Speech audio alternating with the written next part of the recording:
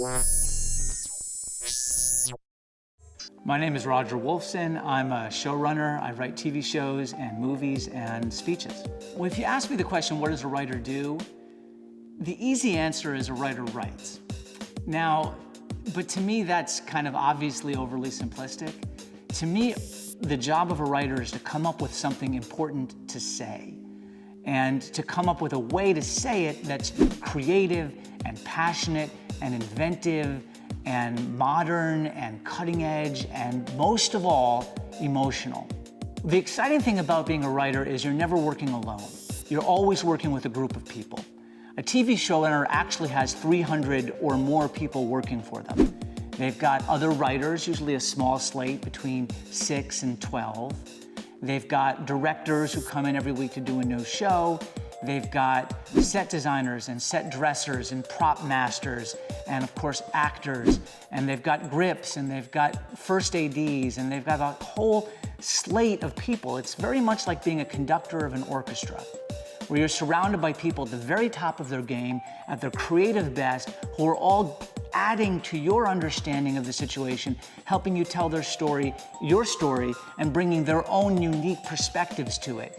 It's an electric process, but also it can be daunting if you don't have a good understanding of how people work, and if you're not willing to understand how they do their job and what it is they most want to say.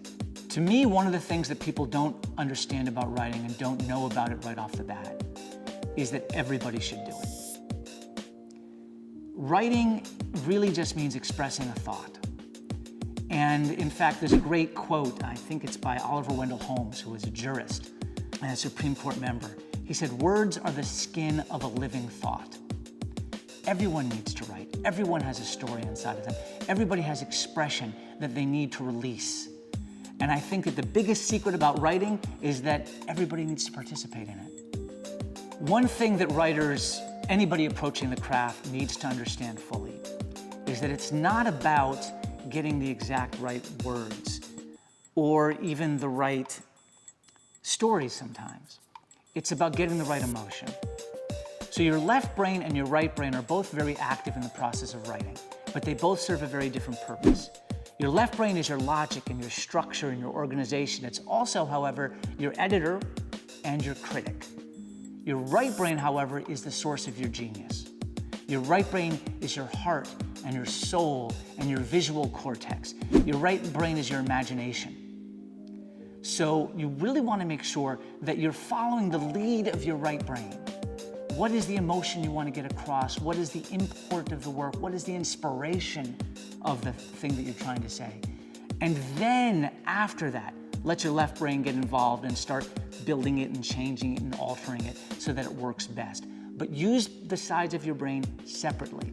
Right brain first, left brain second. What is the role that writing plays in social justice? This could be, in my entire life, the favorite question I've ever got. And perhaps the one that I feel is most uniquely directed toward me. Not that it wouldn't be towards you as well, but it's personal to me. I actually started by working in the United States Senate. I was the chief education counsel to the Senate Labor Committee. I'm a civil rights lawyer by training. That's where I started. Everything I've done writing has been geared towards elevating consciousness and raising awareness to civil rights and social justice issues that I think are important for people to understand. And I recommend the same for you. At the end of the day, the dirty little secret about entertainment industry is that it's educational. People actually want to learn something. Even if they're watching a comedy, a silly comedy. I think that's one of the reasons why The Big Bang Theory was one of the most successful comedies in history, because even though it wasn't giving much information, people still felt smart watching it.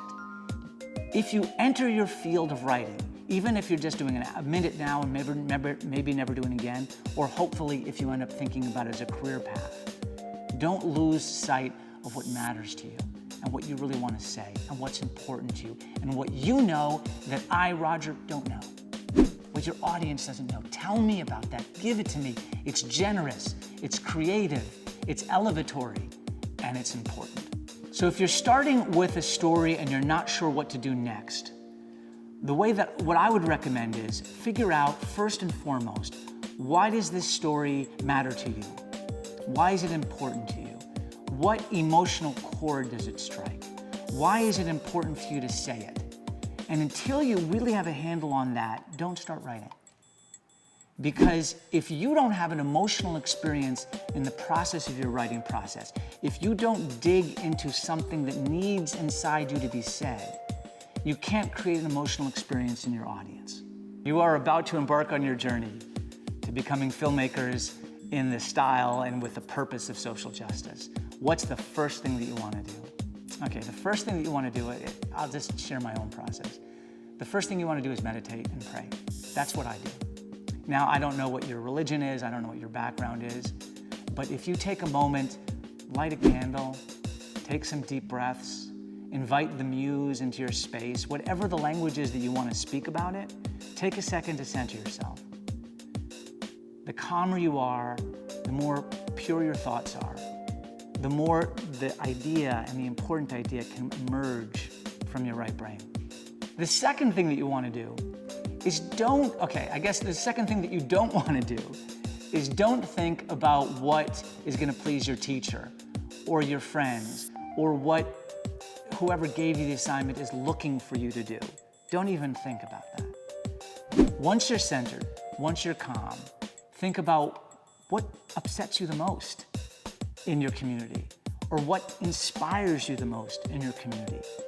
What gives you the biggest emotional reaction? Now, you may be expected to write about something, for example, that deals with an issue related to poverty or suffering. Fine. If that's what inspires you and you really want to say something, do that.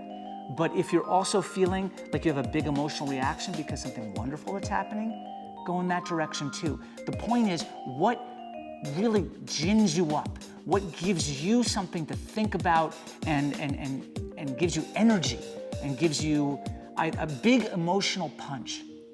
That is what your story should be about. And the third thing is remember, and this is something that is perhaps a little self-conscious, you are going to be dealing with an audience. People are going to watch this. So once you know what it is you want to say, come up with a fresh way of saying it. Something new, something unusual, a little different. Don't make it like what you've already seen on TV. Don't make it look like what you've seen in theaters or what you've seen other people do. Make it something that's so unique to you that it's unique to us when we get to watch it. And let me promise you this, we're all looking forward to what you do.